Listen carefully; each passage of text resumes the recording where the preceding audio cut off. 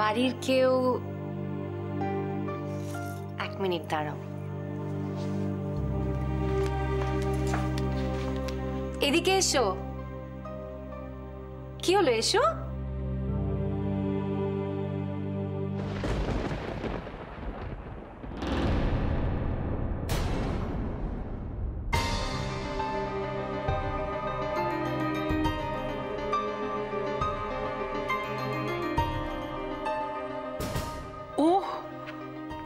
ও এখানে কি করছে? ও এখানে কেন এসেছে?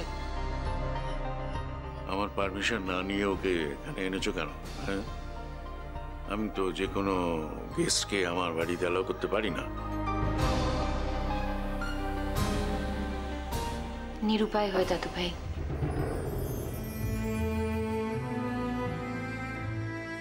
আমি তো আমার মাকে দেখিনি ছোটবেলার থেকে কোনোদিনও। নুরি আমাকে মায়ের স্নেহ ভালোবাসা দিয়ে বড় করেছে।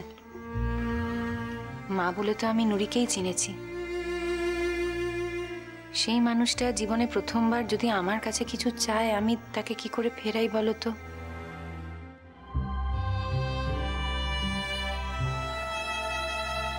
দাদু ভাই, আমি নুরিকে ফেরাতে পারিনি।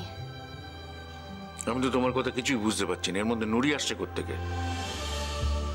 আসছে দাদু ভাই, তার কারণ নুরির জন্যই দিয়া আজকে এই বাড়িতে। দেখেছো বাবা, আমি যেটা তোমাকে বলেছিলাম একেবারে ভুল বলিনি। হ্যাঁ, ঠিক বলেছিস, একদম সত্যি কথা বলেছিস। ঠিক আছে, যার সঙ্গে দেখা করতে এসেছে সে কোথায়? সে নুরি কোথায়? ডাক ডাক নুরিকে। তোমরা কি কিছু জানো? না, আমরা কিছু জানি না, তো ওই যে বললাম অনুমান করেছিলাম। দাদু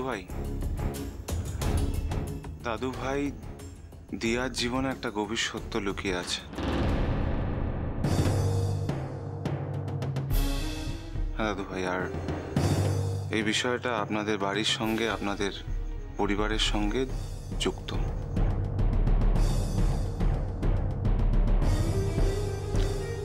কথাটা এই কারণেই বললাম, কারণ আমি নুরিকে আপনাদের পরিবারের একজন সদস্য বলে মনে করি। আমি জানি না নুরি আপনাদের পুরো বিষয়টা বলেছে কিনা, কতটুকু বলেছে আমি জানি না, কিন্তু নুরি ফুলঝুরিকে ফোন করে বলেছে যে দিয়া নুরির সন্তান। হ্যাঁ দাদু ভাই,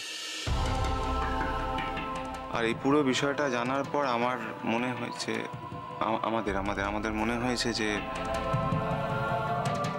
আমরা দিয়াকে আর পুলিশের হাতে তুলে দিতে পারিনি। আমরা চেয়েছি যে দিয়া যাতে তার মায়ের কাছে ফিরে আসুক, এটুকুই।